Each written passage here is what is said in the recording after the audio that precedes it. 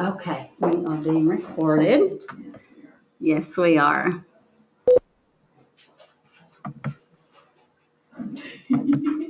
Oh, okay. I minimized it, but it's in the background. So, how many of you have been doing your 10? They're like, no. We did one of our You did one? We're doing about 10 homes this week. Awesome, that's good. And my door knocking was almost 40 people. Almost 40 It was people? like 37, 38. Yeah. Hey, that's good, that's good. So, That was, I tell you, we were at regional meeting yesterday, and even for us as team leaders, we do the same thing. It's the same, it's like lead generating, it's the same thing. We've got to call, got to knock, got to send messages, got to send notes, got to do the same thing. So, and that's our biggest thing, because if you don't do that part of it, you're not going to get buyers, not going to get listings, you're not going to get anybody. I'm just wasting some time waiting on Roxanne to get a copy of that. Your buddies, I'll sign you, check you in. I did you all. I'll check you, see where you guys are at on here. But I'm going to sit down and, because I'm nervous. I'm not nervous with you guys. yeah. We talked about your 10-4, if you've done that, and I'm really big on power up, so we're going to do the power up that it talks about. I know Jillian does affirmations daily, and I know we don't realize what those affirmations really mean to us, but I think they really are a personal, uplifting, something that you should do. I know it sounds crazy, it's something you should do when you're alone. And today's affirmation is, my business is growing abundantly. What that does is help us get a mindset. And you don't realize, and they taught us even yesterday as TLs, get a mindset. If you're not in the right mind, you're not going to be productive. So, where'd she go? Come on.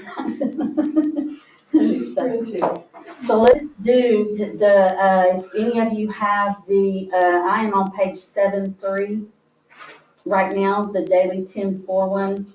And if you'll scroll down, look down, it says, my business is growing abundantly. That is the affirmation for this one. Do you see that? She's like, My computer just jumped.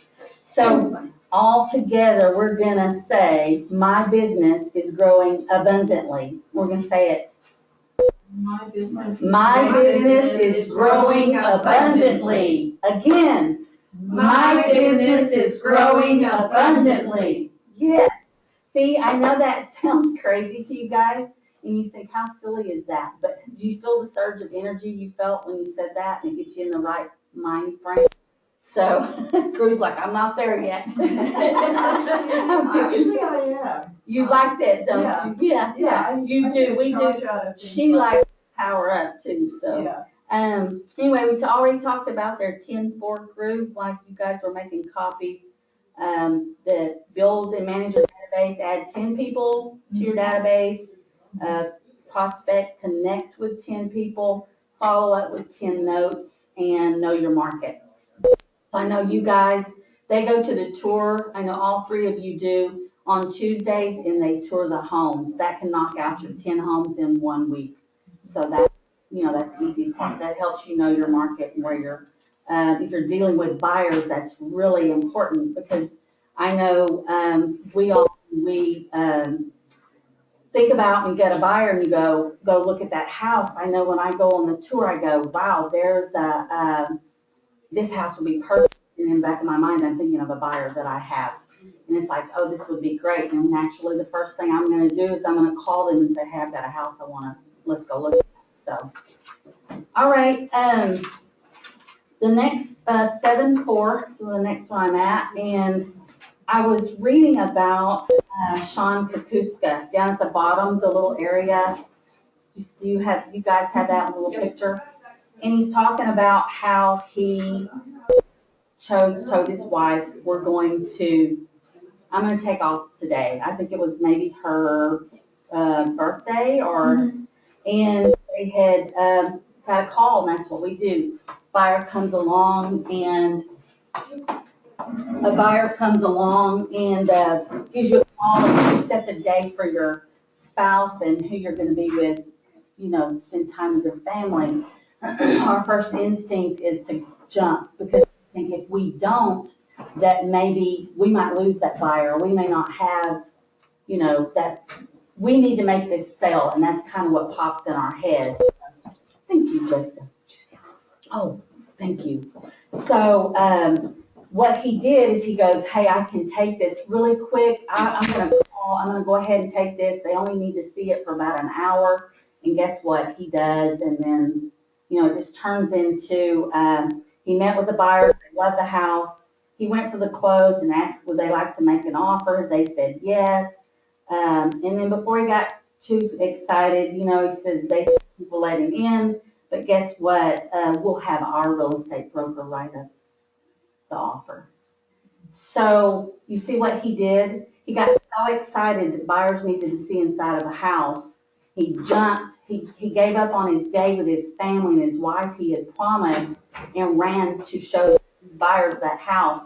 He missed one simple question that we've all been taught to ask. Are you working with a real estate agent? Do you have a real estate agent? He missed that part because he was so excited. And therefore, then when he got ready, we're on page 7-4, he got ready to, let's make an offer. They were happy, and yes, they wanted to. And guess what? They had a real estate agent. So what he did, he broke his commitment to his family, which is very important in this business, to keep our promises, our days off, our time off with our family. He broke that, and then he didn't even get the sale because, that could have been a question he asked even on the phone. Are you working with an agent? Do you have a real estate agent? And we know that. So, and then the next thing is, for us as agents, the countdown to payday is critical. On page 7-5, you've got to work your leads. You got to make appointments. You're going to have agreements, contract, closing before money.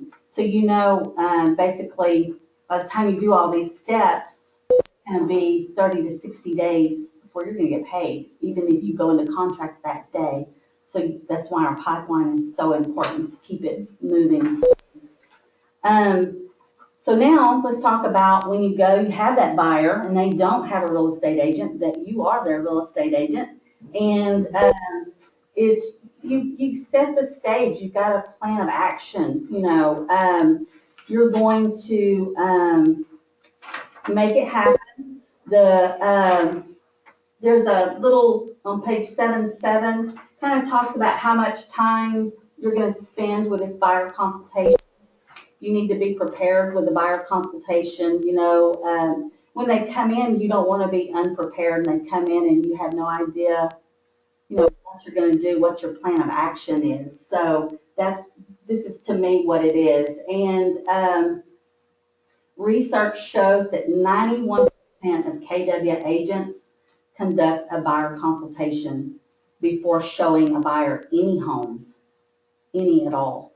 And I know that's sometimes not what we do. I know I've been guilty of jumping right on out there and showing homes. I haven't really sat down and done this. So the first step in your plan of action for a buyer consultation is you're going to set the stage. You're going to invite them, of course, to your office. You may end up in their home if you feel comfortable. Don't do that if you're alone and you don't know them. That's, a safety issue. But invite them to the office. Come in, be warm, inviting, make them feel comfortable. Maybe offer water, a soda. Maybe you've got a nice drink right there, something to kind of make them feel comfortable and welcome. Show them around the office a little bit. If maybe Dawson's here and you've got a transaction coordinator, kind of introduce them to some of the people that they may be on there, when you're doing their transaction.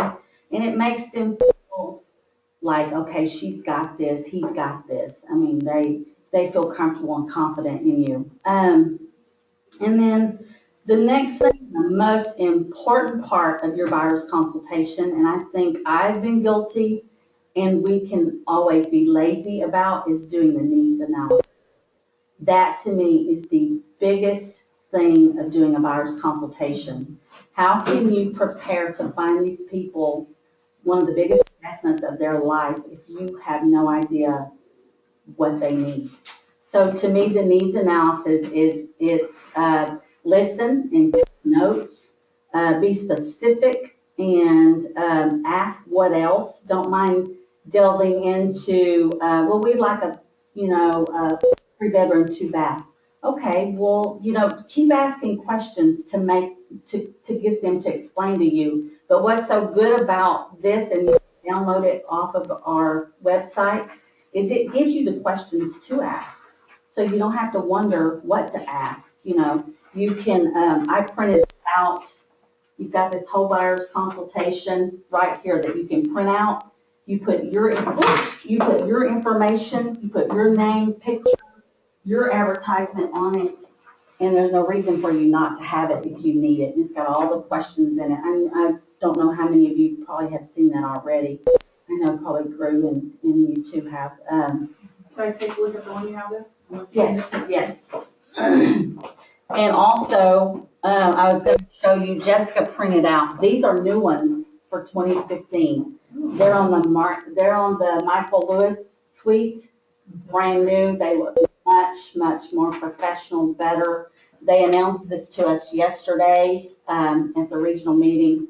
They're really, really nice. I'll pass these around, let you look at them too. And so you can make these your own. You can make them where they're your information, and you have to do that anyway, because you have to put what's important, what your value to them in there. So, a sample needs analysis, and we're going to watch just a quick first little video Justin maybe has set up for me, and it's about the needs analysis. So, if we can do this, maybe. Needs analysis, the systematic process of collecting information about needs, wants, and desires that is used to establish and define goals. Step 2 of the buyer consultation is the needs analysis. Only when you understand what is ultimately important to your customers can you deliver it. Many agents ask their clients, what do you want in a house, and stop there. They don't realize the answer to that question isn't the same as what do you need or what's important to you. Determining your customer's core wants, needs, and values is a process.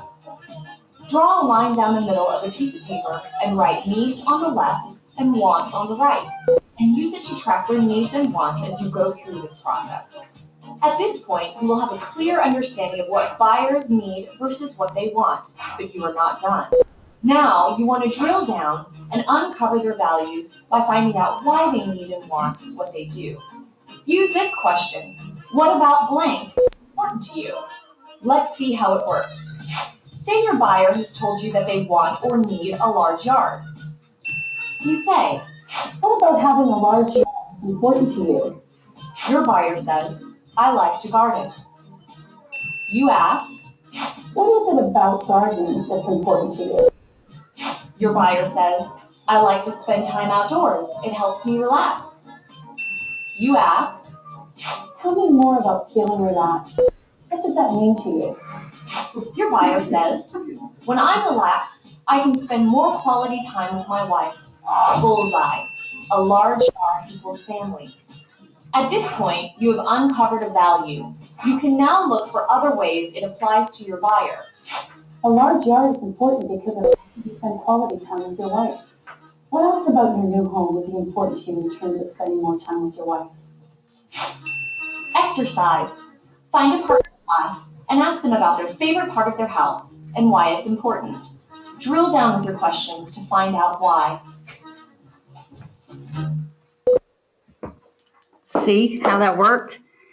How they just delve into the asking more questions and the why and what they got out of that. And we won't get together as partners, but think about it. What's most important to you about your house? Do you I was like, what? I had to Right. kind of think about that. What's important to you about your house? What's your favorite thing about your house? Ruth? The peace that I get when I walk in that door, my yard, Your yard? yeah. It gives you a sense of security in your own private space that you go to and unwind. That's what I hear from her saying that. Is that, Yeah, it what- is. what- It's very peaceful. I yeah, walk in that door and I just, it's your quiet place. yes. Yeah, yeah. So, and apparently from listening to that, I would think she doesn't live on a really busy street. I would think not. It's quiet. It's a cul-de-sac. Is that what it is? Okay. So you can tell that. So in my mind, I would think, so if I was looking for a house for Gru, and those were the things that were important to her, would I find her a house on Jamie Drive that's, you know? No, I would think not. I would think, okay, I'm gonna have to find a quieter neighborhood or something out a little further that wasn't so a lot of people. So you gotta kind of learn to read people and read when they're giving the answers to these questions, you kind of learn what they like. And it's a hit and miss. I mean, sometimes they'll tell you, I've got buyers, everything they've told me they want, we have not looked at one house that matched that. So I'm like, okay, either they don't know what they need or I'm not doing this right. So you have to kind of, okay, sit down again and let's talk about your needs and what you're really wanting. But if we do it the way this is outlined, we'll do it pretty much right the first time, because I love we'll get to a part that talks about the 5 must-haves, and that drills them down, to the 5 must-haves that they'll give you. And then you can come back to that and go, but this house has none of these. So are these must-haves? Should we go over this must-have again? So you see what I'm saying? It's like, but anyway, back to some of the questions. There's a question here. Do you guys see that on page 711, page 11? And it talks about their lifestyle. So we won't read these word for word right now, but who will be living in the home you purchase? You got to be careful not to say basically ordinary, because there's a fine line of crossing fair housing, so we want to stay away. So it's easier to say who will be living in the home with you and that you purchase, or who, will anyone else be spending more than an occasional overnight stay? There's questions they give you that outlines ways you can ask and get the answer that you need without asking, are you married? But don't you have to know, doesn't the title company have to know that? They do, but at the same time, that comes out with these questions, and then the title company is different than us asking. So they're getting to more in the technical, the loan part, the financial side of it. Okay. Title So, company asked me if my client was married. and that's okay that you can ask that question I'm not saying you can't ask or find out if they're married, but it's easier to say, oh, is it just you and your daughter, or is it just you and your son? And they'll answer the question for you. You just gotta kind of be careful how you ask it. You're not allowed to so. ask questions, but there's no controlling their answer. Yeah. Right, And they right, usually are very possessive about their saying. yeah, Well, sometimes too, this is Tom and Molly Jones, uh-huh, so they're married. Say, right. It's sometimes it will be just, Well, so, and I true, mean, if you met them, yes, but yeah. don't discount brother, sister. but when they do, right, but when they do to the point where to the loan, you'll find out that Okay. Mr. and Mrs. Jones is not either married. That will come out, yeah, it'll have to. And if not, our good, reliable loan officer will ask them that question for sure. And how do you ask that is, Roxanne? Oh, I just said you're married. I Yeah, have to see, know. and Yeah. she has to know, so that's delving into their finances. so. Yeah. Each part of this. And you'll read in here where it tells you about asking certain questions, and then some of to start the needs analysis, you can say, Mr. and Mrs. Buyer, thank you for coming to the office today. My goal is to give you a 10+ customer service experience. To do that, the first step is to make sure that you are pre-qualified. Do you have a chance to talk with a lender? That is probably one of our most important start with a buyer.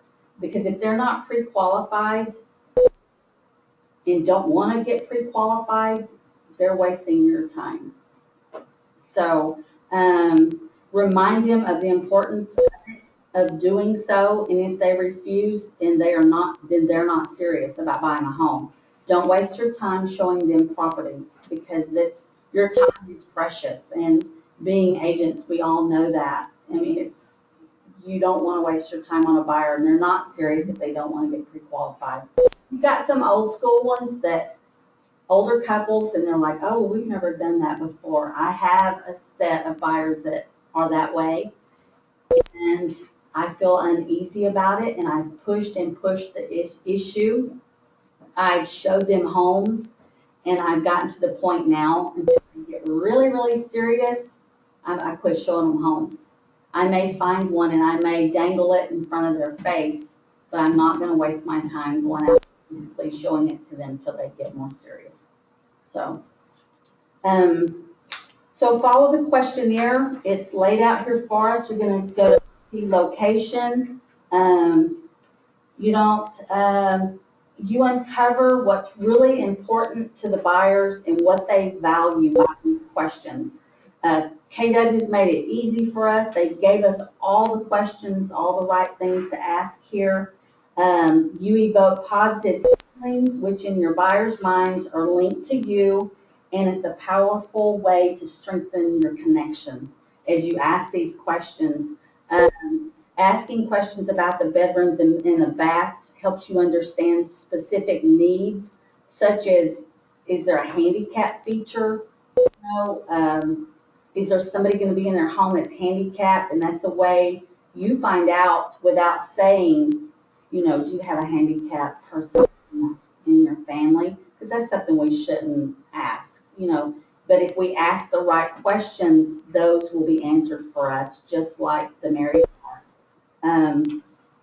So go through, the house, the structure. You're going to ask, what type of home are you looking for? A single family, condo, townhome. You want to ask the size, the square footage, how many stories. It's really important to know whether they want 2-story, single story, if even having a 2-story is an option, because a lot of them will say absolutely not. And then sometimes it may have everything they want in it, and that's the home they'll choose. But at the same time, you want to try to stay with what especially their needs. And then to keep going, the diet goes through each one here. We're going to do a little exercise in just a few minutes. I'm not reading word from word on that. Then you get to, on page 14, 714, the 5 must-haves. So preparing your buyer and having them, when you wrap up that needs analysis portion with all these questions, and that's going to be the biggest part of your buyer's consultation, and to me the most important part. Then you start with letting them know that there's no 100 home that is 100% the features with everything they're like. It's not a 100% home, and we all know that, right, from having our own homes ourselves. So you just let them know, and a good way to say it is, Mr. Buyer, there's no such thing as a 100% house. When we find a house that has your 5 must-haves, that's a 90 to 95% house. I'm going to suggest you write an offer.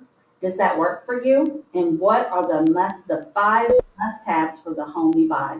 Because you kind of set the stage with them to let them know.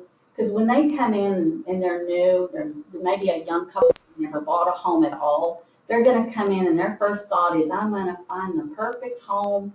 It's going to have all these things I want, and their mind wants, you know, I want a swimming pool, and I want this, and I'm gonna have big bedrooms and all that. They're gonna have this extravagant idea in their head of what they're looking for, and then their budget's gonna say otherwise sometimes. So you have to be realistic with them, and you have to set the stage and the mindset with your buyer and letting them know this, that there's no 100% home. Let's just be upfront and real. You know, it's gonna be a 90 to 95%. So what are the 5 must-haves that you need in a home? It lets your buyer consultation that you can print out, make it your own, is gonna have these questions in here. And if you go page for page, kind of like what we're doing with your buyer's consultation, and you're familiar with it, you can fill these things out. And these are valuable tools for you when you go out to find a home for this buyer. So you're gonna put those 5 must-haves there. And then you're gonna ask, beyond those 5 things, what is something else you really want to have? You know, you're that way you're still delving deeper, you know, even though they gave you those 5 things. And then you go, and if you could have something else, what would that be? And then you could have one last thing to make this your dream home. What would that be? I mean, and there you're still making their minds work, you're keeping them talking, you're getting information, and you're writing all down. And that makes them feel confident when they see that you're this interested in their needs and what they want. It brings them an ease, and they feel like they're in good hands. And they feel like, hey, she really cares, he really cares about what I need and what I want. And that's what you're going to make your needs analysis. It's going to be all about them, and you're going to be focused and writing it down. Like I said, makes them feel confident that you know what you're doing and really interested in what they want. So I printed out a needs analysis, and for just about, I know maybe I can role play maybe with one of you because we're kind of offset with numbers. You've all got that there, and let's go over just a few minutes of it. Just pick one section. I'm not going to do all sections, and let's just role play for just a few minutes. On what page? It's on page 7, 11, 12, and 13. The questions that you're going to ask. So just pick a partner really quick, and let's just role play for just a few minutes. Yeah, roll for it. And I'll do, yeah. I'll just let you come up here. So you guys all got the questions? Which picture are you Come on, get it. Okay. And you gonna, You said 7-Eleven? yeah, mine's a little different. Here's the questions, yeah. I printed it out, yeah, 7, 11 on yours. Okay, so. Okay, there, that way you have what they were, Yeah. okay. So you want to just do the lifestyle? Yeah, let's just So do you that. enjoy it. And I'm the agent? You're the agent. Well, who are you living in your home that you're gonna buy? Me and my husband and 2 children. So, You write that down. yeah. So, I yeah. Very good. So you wouldn't ask number 2 though, would you, if you just said me, my husband, and my 2 children, right? Well, yeah, because why that is, they're gonna wonder, you're gonna need to find out if you need a home big enough, or maybe a home with a mother-in-law, or parents. Does your parents, you know, do you have anybody else that comes over? You know, they Do you usually have any get extended stay people that come over maybe Says, do you have any pets? occasional, yeah. on occasion? And We'll see. you can tweak these. Okay. to You too. Do you Yeah. have anything special Yeah. that needs to be accommodated, such as equipment, fine art? And see other parts of do you have any pets? Do you have anything I do have a wish for a. Sometimes that's gonna be a Do you dog. have fine art? Air conditioning. Not like this, Newer plumbing. yeah. No. When we still come through. Yeah, we are. Okay. You Um, would be able to. I got it. We would So definitely look cute. at newer pictures and, Okay, so And so- do you have any pets? We a dog and a cat. Okay. So- Are they indoor pets? The Primarily? dog is outside and the cat's inside. So what that's doing is letting you know, like the yard, Yeah. Yeah, yeah. So these answer questions that way, Right, so. right. And, Do you have anything special that needs to be accommodated, like athletic equipment or fine art or any large furniture or anything like that? yeah, actually, we've got a large dining table that's kind of a really large, so the dining room needs to be exceptionally large for my table, my china cabinet. So you'd like probably like a dining room itself, Yeah. more of a formal More dining of a room? formal dining room. Okay. Yeah. So when people come to your home, what do you want your home to say about you? I want it to be calming, yeah, that I have a home, yes, I have a home. I want it to be inviting, and I want it to be, we can entertain a lot. Okay, do you like to entertain inside or out? Um, Maybe both? Maybe both, yeah, maybe both. Really like the yard too. A pool too, okay. Where's your prayer for blood? Yeah. Let me tell you, you're gonna get a pool. But you see how that works, you see how asking these questions work. Yeah, yeah, you know, it's so funny as I hear people say that, and I'm thinking, yeah, I think 110. Yeah, yeah. Okay, So, is there anything I should know about your lifestyle that I haven't asked? well, I have a handicapped mother that comes and stays with me. So I forgot about that when we asked that.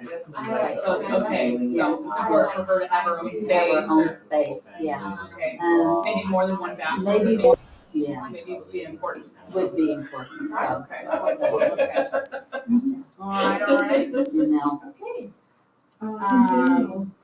Now questions, or do I go into location too? no. I feel like this is a lot of questions, but I guess you could just pick and choose some. You can pick and choose because a lot of times they're going to, you're having questions to build that conversation. And number one might answer number, I mean, you know what I'm saying? Yeah, Just yeah. like you heard me try to add in some things there. Like when you go tell me about your ideal location, and Yeah. they're gonna probably talk about, well, I like to live here in town. Right. And then Work your work address, that's gonna take, they're gonna just start. I work in Marysville, so I don't wanna live too far. So that, she works, the school's important. These questions are gonna get answered sometimes with just one question. Right. It's gonna answer all of them, so. Describe your likes and dislikes of a family or living room. Which one's that on? Living room, family room, that's kind of the question. Your likes and dislikes. Oh, describe your life and dislike. Seeing you've already answered that with your dining room Yeah. table. Yeah, you kind of answer some of these questions with questions. So you can pick and choose which one, so. We'll go ahead and go. And I'd like a spare room, maybe convertible office. Yeah, we'll talk about it. On the next, okay, so we're good. We're good. Okay, guys. Maybe if there's like, yeah, something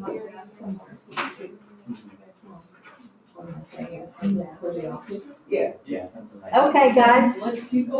How was that? How'd that feel? Good. Good? Feel good? Yeah. It's kind of awkward, I think, at first. And that's why you should practice this. This is why we do this team up. And we don't want to go out and practice on the public. So we practice with each other. So that's the point of doing this little exercise.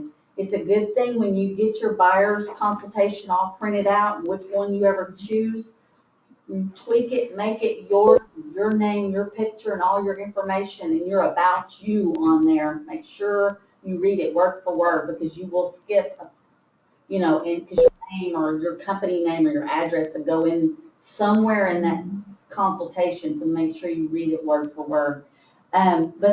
But see how important it is for you to practice these questions. And it's like when Roxana we're talking about, I gave her answers that answered other questions, and I did that on purpose. Because you're going to do that. You're going to ask them some questions about their family, and then you notice on down it says, well, is there other occasional people come stay overnight at your house. But with her asking the first question, your buyer might answer 2 or 3 questions in that section. So you've got to look at it that way. If you're writing down and you know this and you know the questions that need to be asked, you're just going to go right down and just say, oh yeah, they just, in your mind, oh, they just answered that one. And, you're going to know, and that you don't have to ask each question. She already got that answer from the first question. So, and then the next thing, spend a lot of time, seriously, spend a lot of time on your needs analysis. Make these questions your own. Make them feel comfortable for you. And, you don't have to sit there and read them word for word, but if you know this, it's going to come out naturally, and you're going to get so used to it, it's just going to be, but you do need to sit there and write the answers down. And this is a good place to do that and have that in front of you.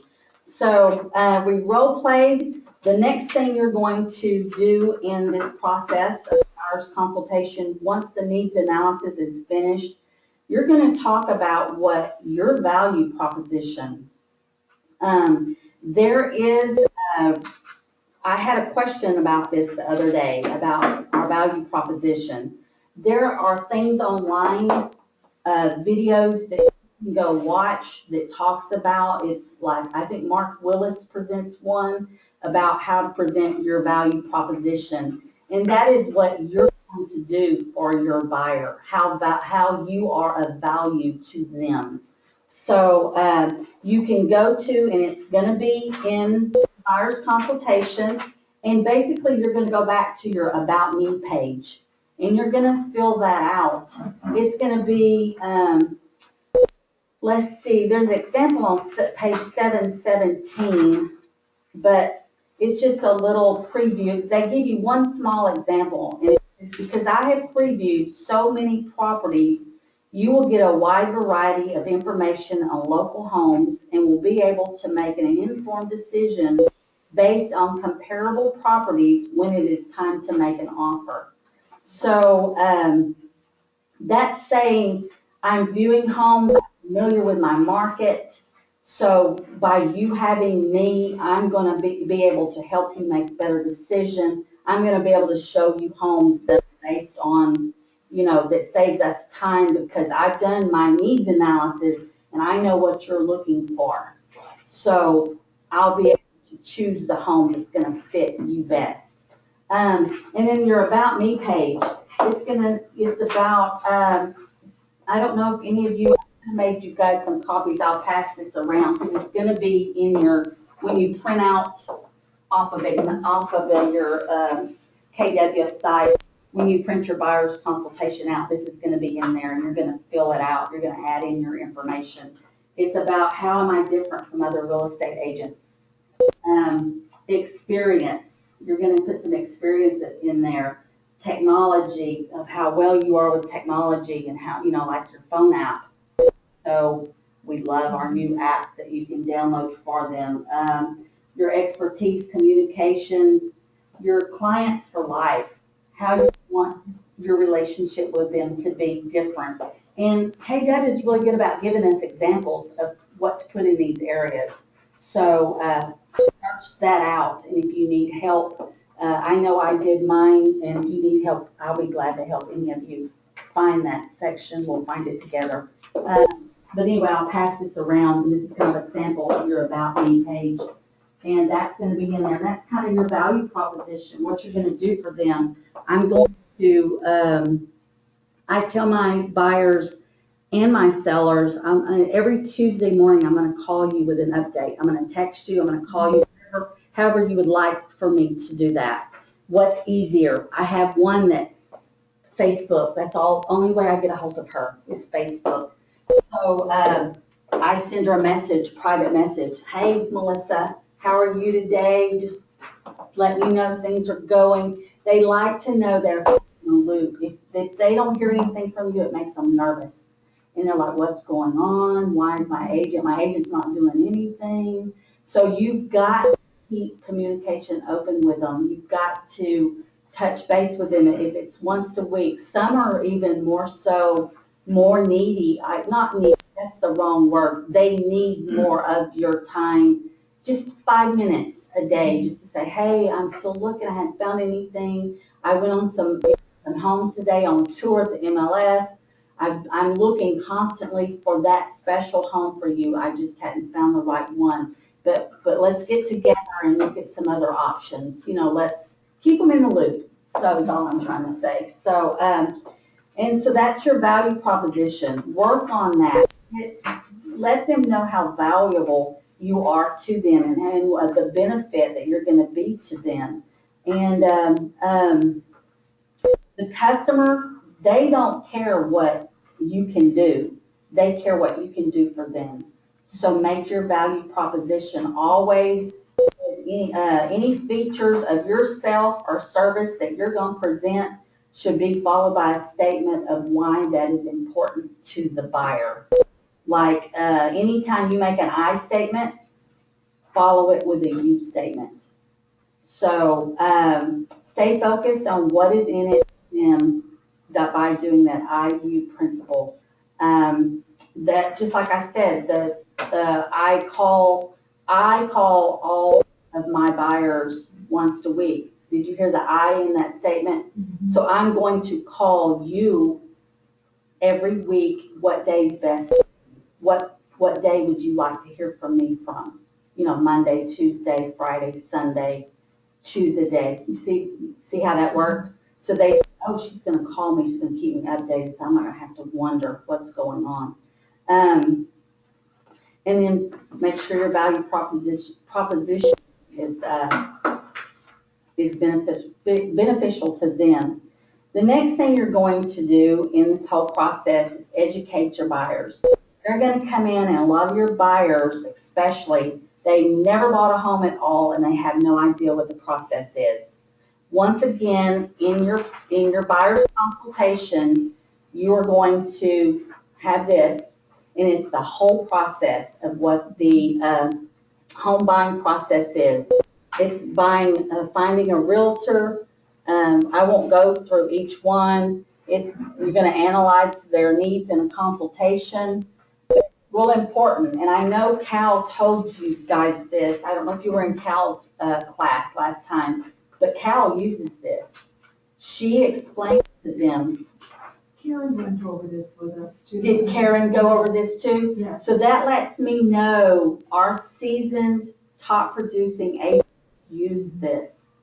And they explain the process of the buying process to their buyer so that they don't have any questions. Or if they do, they understand that you're in control again.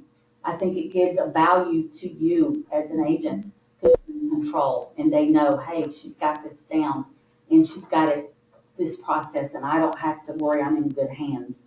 So, and then there's some little scripts that you can use to make the showing process as efficient as possible. You can tell them, Mr. and Mrs. Buyer, I'm on page 719, by the way, now.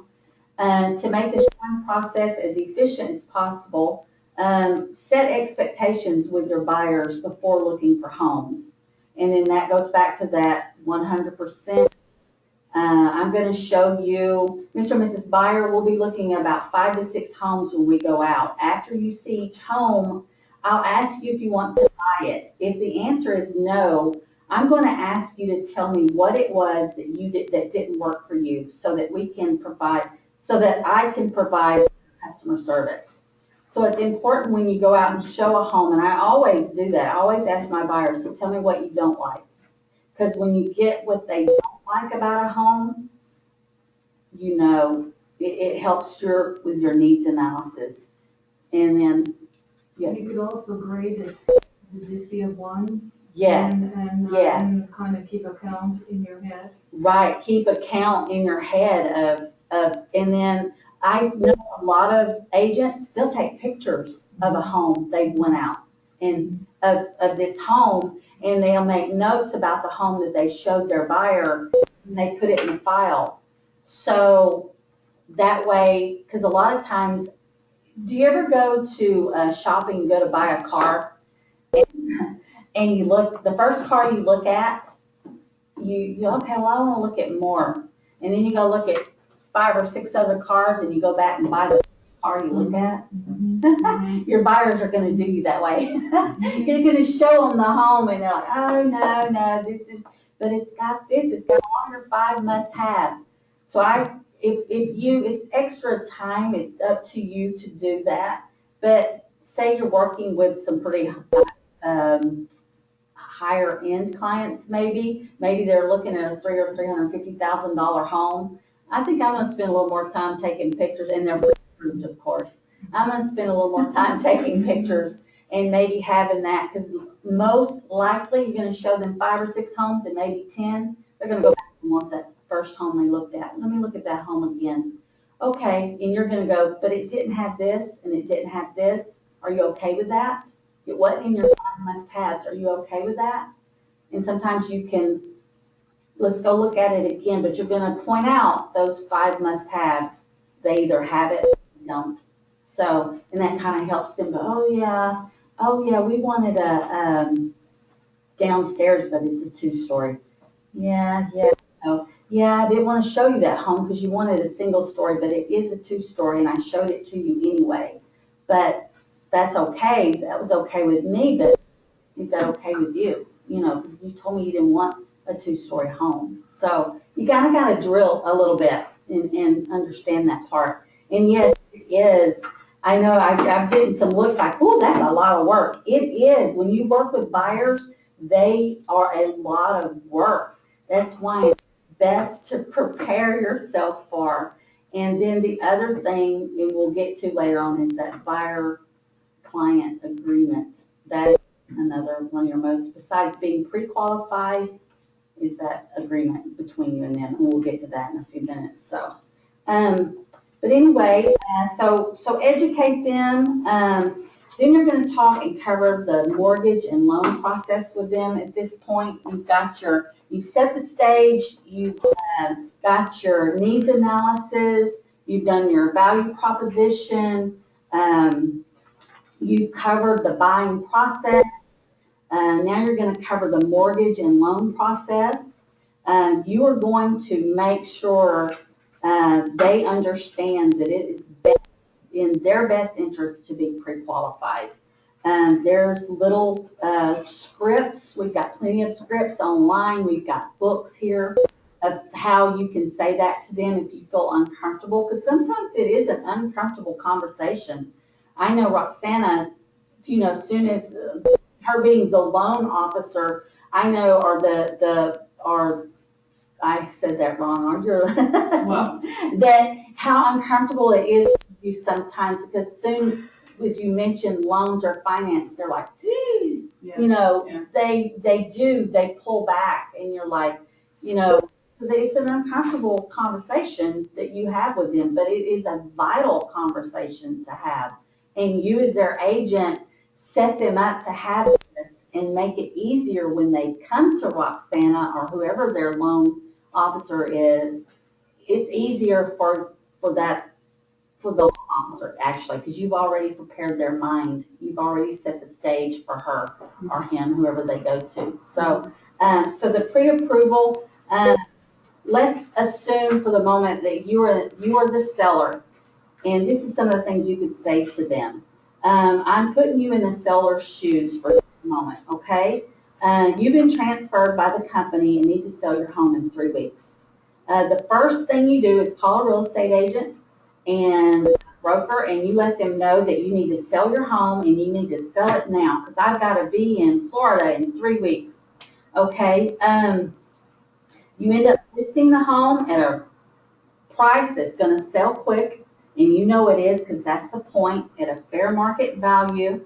And actually you end up listing it below fair market value because you're under pressure.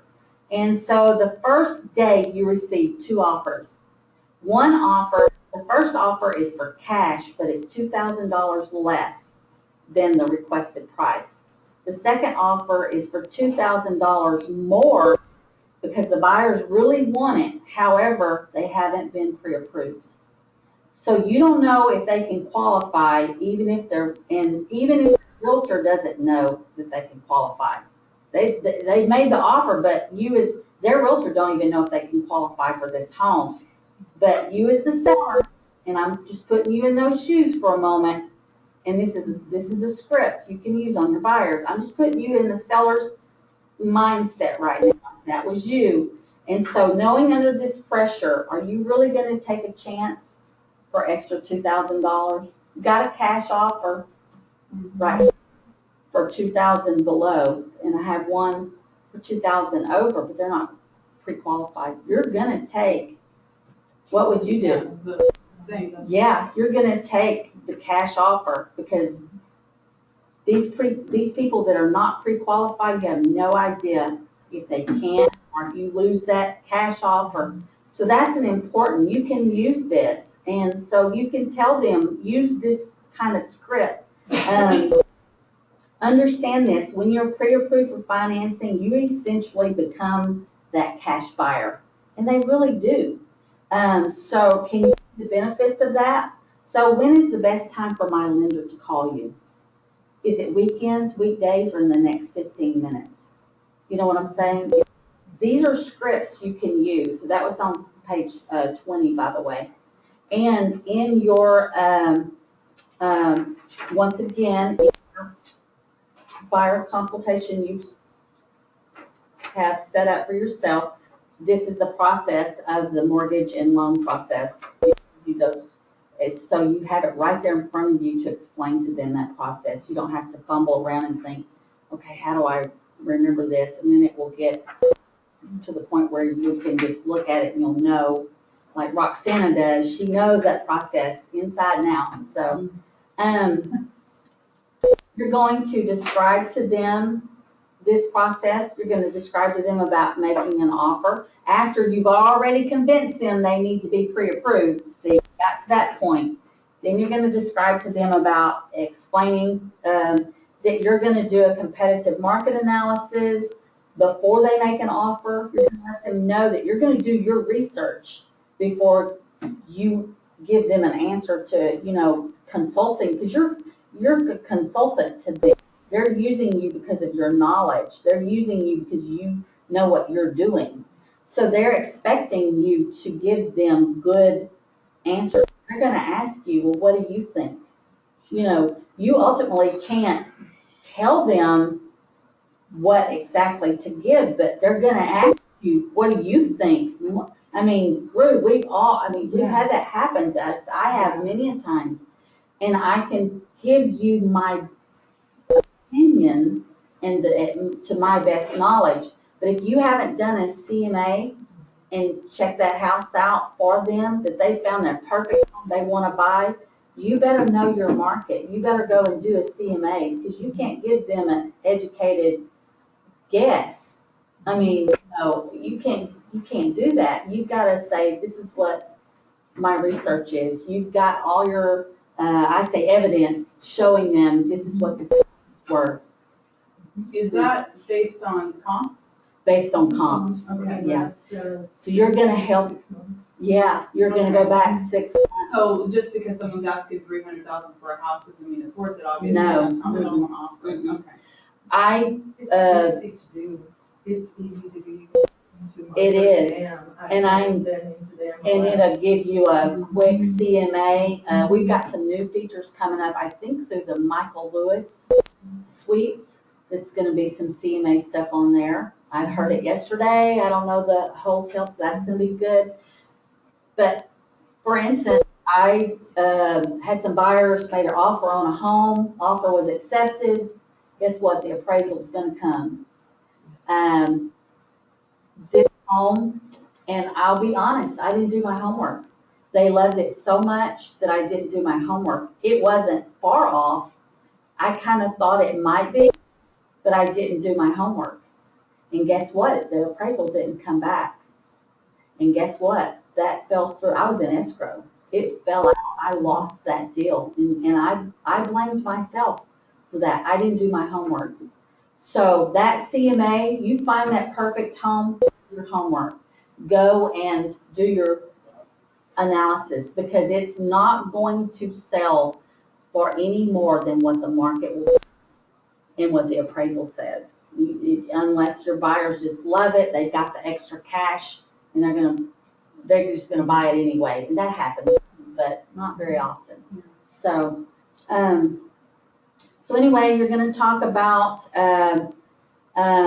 pricing, the price is right, present your CMA, you're gonna tell them how that's all gonna work, that you're going to provide a loan approval letter from them, that you're gonna get, the lender's going to give for them to you.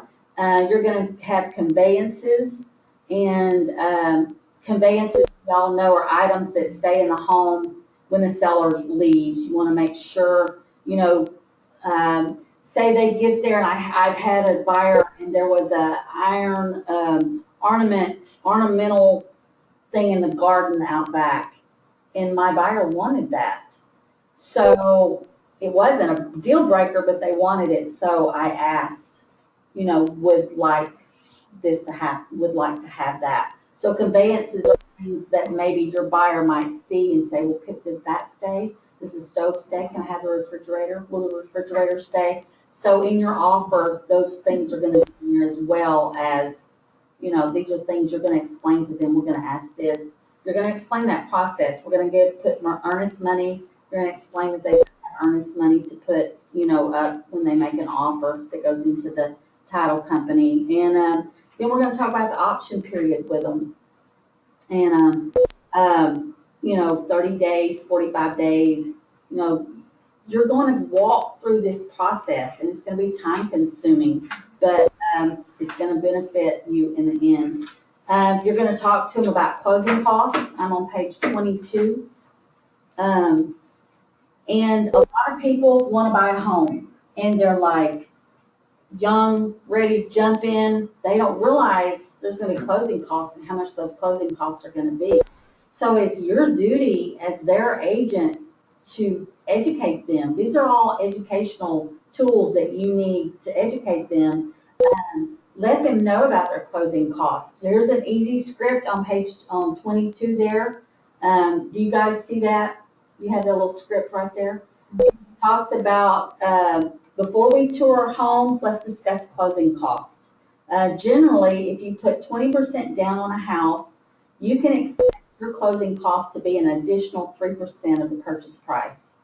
So if you were purchasing a $200,000 house, the down payment would be $40,000, and the closing cost would be an additional $6,000 for a total of $46,000. Do you realize how some people may go, oh my gosh, how do I do that? But you just educated that buyer to realize, oh wow, I gotta wait another year. I don't have $46,000. Then you tell them to go and see their lender and see if they have some nice little programs that can help them. Gail, Pete. Yeah.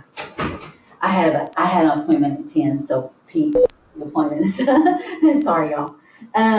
Anyway, yes, and see but you've set that expectation, you've set that mindset. They think they can go out, buy a house, get pre-approved, and if they do, but they don't realize, whoo, I got a down to pay, and I got closing costs, and I've only got $5,000. So what do I do? The lender's going to be instrumental in helping even with that. Once you get them in front of her, should have already. They usually don't know the difference between closing costs and a down payment. Right, Some right. people that have purchased houses understand that, but most people, just the other day, she thought that the down payment was closing costs. Right. I had one just I have a listing, and they chose to, the buyers are not my buyers, but they chose to give full price. They wanted 3% back to help with closing costs. And even my sellers didn't understand all that. So you pretty much, you need to be aware of all these things and educate them. You would be surprised. And I'm talking about people that I'm talking about right now have bought homes. This was not their first home, and they didn't know. So it is your job as an agent to be a consultant That's why they hire you. That's what you're for, and that's why they trust you, because you're going to educate them in all these areas. So be prepared with that. Learn that. Know that is what I'm trying to say. Then there's options if they don't have enough money for closing costs, like what Drew we were listening, and these are more likely to work in a buyer's market. Ask the sellers to cover the cost, and that's what the buyers just did on my listing. They're asking the sellers to cover the cost, and guess what? My sellers are doing it. Right, and from my experience, and obviously I'm on the real estate side, but it's always been where people try to lowball the price and ask for costs, but Right. really explaining the fact that if you give them what they want, they'd be more inclined to pay that 3% or whatever it is that you're asking, because you're really reducing $5,000 on the sale price, no matter if it's a credit or Right. you're getting them an asking price, right? Right, and that's what on my listing, and the buyers, they gave the asking price Right. and asked for the 3% back. Well, my sellers were inclined as their second offer, and they had turned down the other ones because it was below asking price, and they still wanted the 3% back. These buyers gave full price and asked for the 3% back. Some of the sellers were like, yeah, we can do that. And they're even paying all the closing costs. So there are options. Yeah, that doesn't, I see Rod's going, wow. Yeah, they're paying all that, because you see how powerful the full price offer was. That's all, they were like, oh wow, they're giving me full price. They're not even but they're asking for these few things back. So, I wanted to say, I went through my classes that I took in the first 3 months the other day, and I was surprised at how many classes I took from Roxana and how much material of all kinds that I had, that she had provided us. yes, I was yes. surprised, really, honestly, I probably had more from her than anybody else. Right, and you don't realize how instrumental it is for you. I'm glad you brought that up, Drew, because it shows some of because we've got a new one in here with us. It's instrumental to have that relationship with your loan officers and with your people that do the loans and for you, and you have that relationship with them, and they're going to teach us. She teaches us so much. Well, what happens in my consultation, because it's kind of crazy to see it covered again in this, because that's part of being pre-approved, is when you come and sit down with the lender. Part of what we're asking is, what is your down payment, and then telling them what their closing costs and explaining the two and what's different. Right. And then when they see you, of course, there's all, the relationship comes from the fact that I know they need closing costs. So the other day, me and Cal had one, and I went in their office and said, they need 3% back for closing costs, or they can't do the loan. They have only the down. Right. And so she understands that when she's showing houses and writing up offers, that she understands that closing costs is non-negotiable. They don't have that 3% extra. So, it's like letting you guys know, listen, they don't have it. They're going to need that help. They're going to need that help. And then, of course, the price range, all that kind of stuff you need to know. And like that, and you're instrumental in helping us as agents understand how are we going to work this, where are we going to get this from. I mean, I know you give us ideas, how we're going to do this, where we're going to pull this out of. Yeah. So it's instrumental. Especially for brand new agents. Yes. I never knew about things like that. Right, I didn't either. And she taught us. She did. Basically, so we had a very good understanding. Yes. And were you not standing there saying, duh? Yeah. Well, what are we going to do? It's all about this. problem solving on that. And just the other day, Amy gave me one. And that's why, if you have that decent of a relationship with that buyer, and okay, they don't have a down payment. We don't do down payment assistance, unfortunately. That's not something that we work with. So we sent it over to Lori Evergreen, because Lori does have down payment assistance and assistance to where it'll help with closing costs, and now they're in escrow. Right. And that was about 3 weeks ago that I met with the buyer, and then I told Amy, send them over to Lori, and she did, and now they're in escrow buying a house. Right. So that's the difference. It's all about looking at their situation and saying, okay, problem solved here. Right, They don't have this, but they do have that, especially when you have willing buyers, because a lot of them, you know, you're chasing and they're not necessarily interested or Right. whatever. When you have somebody that's really, really willing and they really want to buy and they do have the 2 years and the credit, you know, and those things are there, it's trying to find how they can get into that home, you right. know? And see, that's true. And it's a learning process, and we get better and better at it as each one, we have new challenges with each buyer, and so it teaches us different steps. Will there be a class about what you need to get pre-approved? Somebody in general, they were like, what do I need to get pre-approved?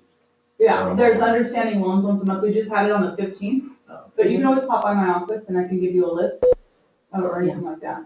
So, Yeah, she's I'm just right over on the other side. oh. very good, right in the building with us, and it makes us, we bombard her with questions, always knocking on her door, help, you know. Yeah, and I have a list, so if you wanna like have a list, let them know what they need. What they'll need to bring to get pre-approved, so. Any other questions? Is everybody good? I haven't bored you to death yet, so I still see smiles. It's like, I know these classes are long and a lot of information. We've got scripts all over eEdge that you can go to, the advantages. You're gonna discuss marketing conditions with them.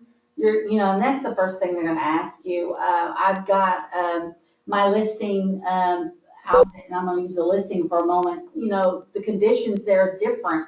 And when you do your market analysis and you're gonna know, you can always ask Justin what the trends are, what's going. I pick up little bits and pieces. If you listen to Rick, he'll go, oh yeah, I'll use Olive Street for an example. Olive Street's just selling like crazy, so, or nothing for Olive. You got my listing on Olive. Oh, on Olive. I didn't know that it burned. Oh, it did? Yes, I heard that yesterday. That's another story. Yeah. No, not all the way down. Just the fan was left on and caught on fire, so. Yeah. Is Rob That's still on that another- listing? I haven't seen him today, so I'm sure he's in the bed all day. He was happy yesterday. Oh. He was, I bet not. We were on the road and so. Standing there watching the firefighters shooting all the water. Not happy. Not happy, no. Yeah, 'cause it was Oh, a mess how for a while, sad, yeah. how sad, Yeah. yeah. He's He's cursed right now. He feels like it. So, so let's move on to, let's see, 24, page 24. Once again, you're going to set your service expectations to them. They give you a script here that talks about the 10 promises that you're going to make to that buyer. You're going to provide them with 10 plus customer service during the entire buying process. You're going to organize and schedule your home search and the process. It goes all the way down through there. You're going to coordinate the move-in and assist with any post-closing issues. It gives you all of this in your buyer's consultation. So go over it, be familiar with it.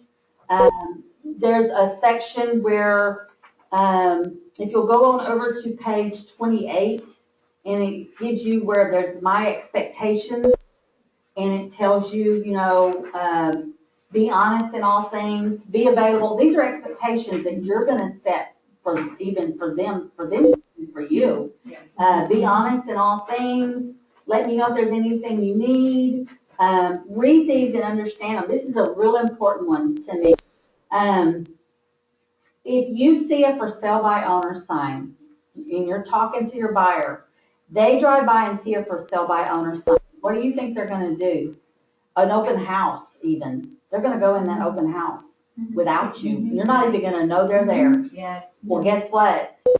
That realtor that has that open house is going to be on the prowl. He's going to be like, let me tell you, looky here. I've got somebody interested, and guess what? He's going to want your client, and he's going to try to sell that house to them, and you're not even going to know they're there. So. I'm surprised though, oops, I'm sorry.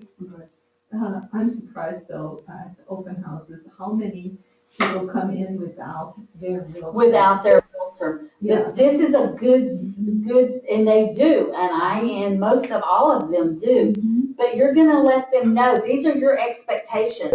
You've told them this, and so in their mind, they're going, ooh, Jillian told me if I did this, I better know. Bruce told me, Pat, what I'm saying, that's gonna pop in their mind if you covered this. Is that what the buyer broker agreement protects you from though? Yes, and that's Go see as many homes as you like. that's why saying all this too, yeah, go see as many as you'd like.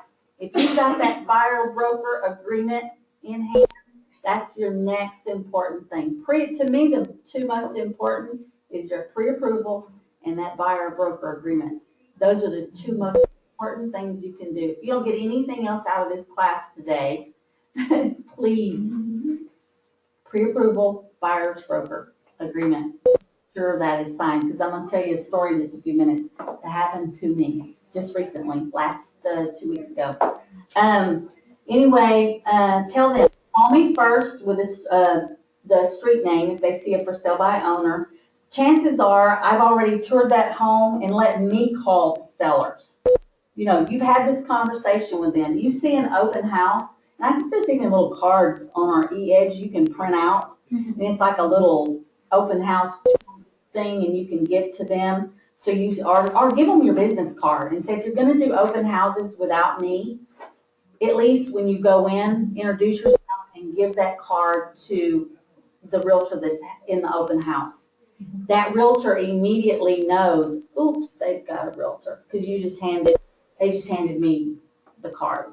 Mhm. Protect yourself. I'm telling you, there are agents out there, and I do believe we've got a group of agents that are awesome in this office and other offices. I've got many people I've made friends with, but protect yourself. Protect yourself. And so these are your expectations. Go over those with them. Let them know. This is what you expect from them. The next thing is you're going to close, and this is the close agreement. This is where it talks about the buyer broker agreement, and this is you done went through all this stuff. You're going to close them now, and that's your favorite part, right? So we're going to watch a real quick video. Got any questions? I know everybody's tired. It's been about 45 minutes in here. Let's see if we can get a quick little video, and you won't have to listen to me talk for a moment.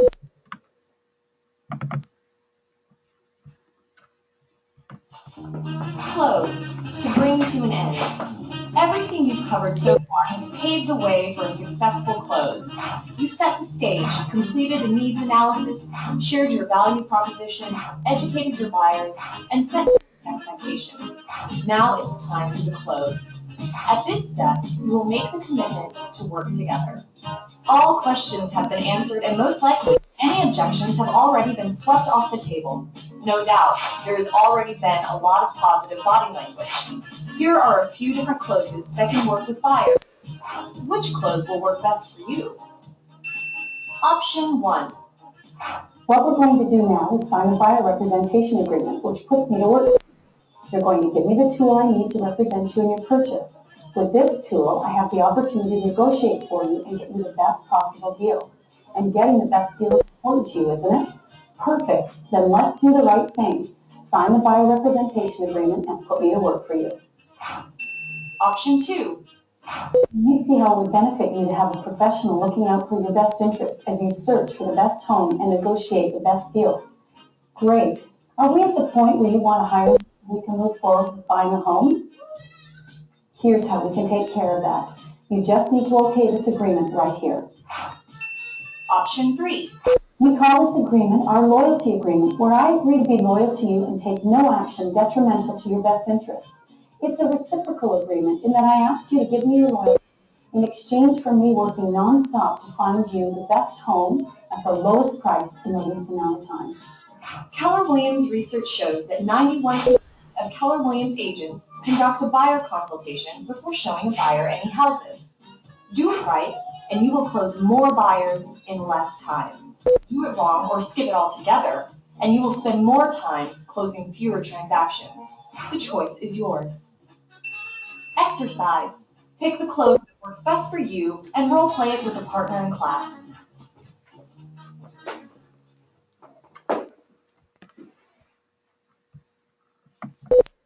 That wasn't hard, huh?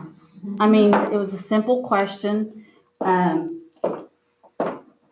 will share with you real quickly because I'm retired. We're getting down to the hour and a half mark. I know you're all wore out. The thing I had, buyers I've been working with, I'll tell you who they were, not by name. They were my daughter's ex-in-laws. The wife was. She has a new husband since then. So I've been working with them for several months. Looking for homes for them. They've been trying to get pre-approved. They live down in Rockland. I tried to get them in here. They had some issues with finances.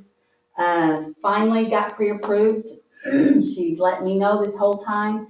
I've been sending her. I've got her on a drip campaign. I've been working with her silently. Actually, she asked me not to even let my daughter know. And I didn't because, my daughter had no idea I was working with them. And so anyway, they were wanting to move back to this area. I've been looking for homes and contact, doing everything I needed to do except one vital piece of paper, what we just talked about. And because I thought who they were and I had a good relationship with them, that I didn't need that paper. Well, guess what? An Intero agent in Rockland swooped him up because he doesn't know me. She does, he doesn't, the husband. They're pre-qualified and they're in escrow buying a home. Guess who got left out in cold? Me. And I worked months with them, waiting for their finances to get better. And they were working with a loan officer down there that had somebody that helped with the financial, like you have, like that lady. Mm-hmm. So that was building their credit, telling them what to do, and was helping them. They got to that point. She sent me a nice little voicemail telling me how apologetic she was, but Mark her husband had met this, Ken had met this nice agent in the house. At an open house. Yeah. So that happened to me just recently. I was so upset, but I wasn't upset much at them. I was upset at me because KW had taught me to do it the right way, and I was skimpy. I didn't follow the steps, and I didn't think I needed that agreement because it was somebody I'd known for years. She is the other grandmother to my grandchildren. So I did not think I needed that. Guess what? You need that. You need that no matter what. Who it is, no matter what. Sign it. Covers you. Because if I had done that, I could have called that other agent and presented that buyer broker agreement with him and got my 25% of that sale. I lost money. So that's a simple instrument. So anyway, to let y'all know what I don't do. Don't do what I do, okay? Wasn't good. So you're going in for the close, just like that, you're going to have objections. They're going to not want to close with you. Their objections, there's a video on objection handlers. We'll watch it really, really quick, and then we'll close and let you guys get out of here because I know you're tired. One more video and a few discussions and we're done. Let's see. Okay. Let's take a look at the 3 most common objections to the buyer representation agreement. Objection 1. I don't want to sign anything. I want to be free to work with other agents.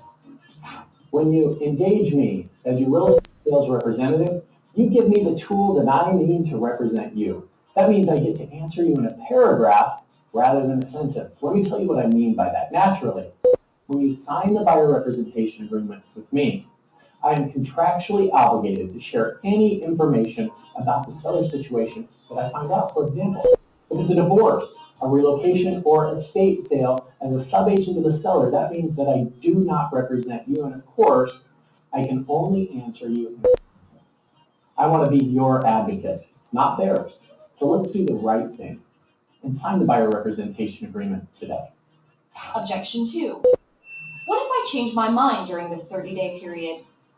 I understand completely. Think of this agreement as a form of going steady, not marriage. If you decide at any time you don't want to go steady anymore, we can just break up. There's no need for a divorce, and you can break up with me anytime if I'm not meeting your expectations. If you feel comfortable with that, we can just go ahead and sign the agreement today. Objection 3. I don't need to work with an agent. I can find a home on my own on the internet. I know how you feel. As you know, over 90% of buyers right now find their properties on the internet. What you may not know is that all the costs of working with me as your buyer's agent are completely paid by the seller. And if you were to work directly with the listing agent or the seller, their job is to sell you the home for the most amount of money. My job as a buyer's agent is to help you buy for the least amount of money in the shortest amount of time, and that is what you want, isn't it? Exercise. Find a partner in class and take turns role-playing each objection. Okay, you see how easy it was? And you always let them know. I don't know if I'm gonna say that to a man. Yeah. Look at this, we're going steady, we're not getting married here, okay? Yeah. And one last thing too, is keep in mind, that sometimes you're gonna have a buyer, it's just not gonna be a win-win for you. You're gonna have to let them go. So don't feel bad if you say, I'm just not, you spend them a lot of times and then they refuse to work with you exclusively and they don't wanna sign this, don't wanna get pre-approved. You've got to realize you're wasting your time and let them go. So you're gonna come up with that. Anybody got any questions? And then one last thing after you've done all this and you went through all these steps and it's all work. There's a golden rule in real estate. You never close one appointment without scheduling another one. Always, you've got them in, whether it's that week, whether it's the next day, whether you start immediately showing them homes on the internet or you talk about them. Always schedule that next appointment. Keep them on the hook. Don't let them go. I have one thing that I wanted to share Okay. that I found out. In fact, it was your seller that are looking for another home. Right? And I wanted to put them on a drip campaign on the CRMLS. Oh, So okay. I did, so I watched the videos and I fumbled my way through it and got it on. And got it on? Uh-huh. I Good. talked to Joe and he said that since I don't pay the dues directly myself like I do here, Uh-huh. a drip campaign I put on the CRMLS would be seen by everybody on the Yes. CRMLS, and so I took it off. Yeah. And in fact sent them, Stephanie, Stephanie, the seller, the a buyer. information to get on the phone that she could look at any house on the phone. On the phone. Good, good. Our app for that. That's a good point right there, because you think other agents aren't going to be watching that drip campaign? Because our drip campaigns are not that way. They're private. The CRMLS is out of the Oroville, Butte County on up. So we have another website besides our current Yuba Sutter Association site we can go to and look for homes if we're looking for a home out of the area, out of our area of MLS area. So that's what Drew's talking about. But see, on that website, like you said, not being a member of that, it's not private. Yeah, It's if I public. was a member, it would be private. But, Yes, you yes. know, we're talking about a lot more money. A lot more money up there, because Drew lives up in Madera, and so she does work up in that area. So that's what she's, and right, that's a good point, because other agents are going to be watching that, and they're going to be, oh, my house, I got that listed. Who is this? I'm going to call that person. They'll do that. They will do that. And even though we like to think we live in everybody's like us and we're honest and ethical, there's some out there that are not. So this is sales. I hope I have not bored you all half to death. Fantastic job. Thank you so much, group, and I hope it's helped you. If you have any questions, let me know. Get ready for your next class. So Ignite are a lot of information. I know it's spinning around in your head because it is so much information at one time. So I want to thank you all for taking time out of your day. Have a good one. Go out there and do some lead generation. Yeah. Hold it.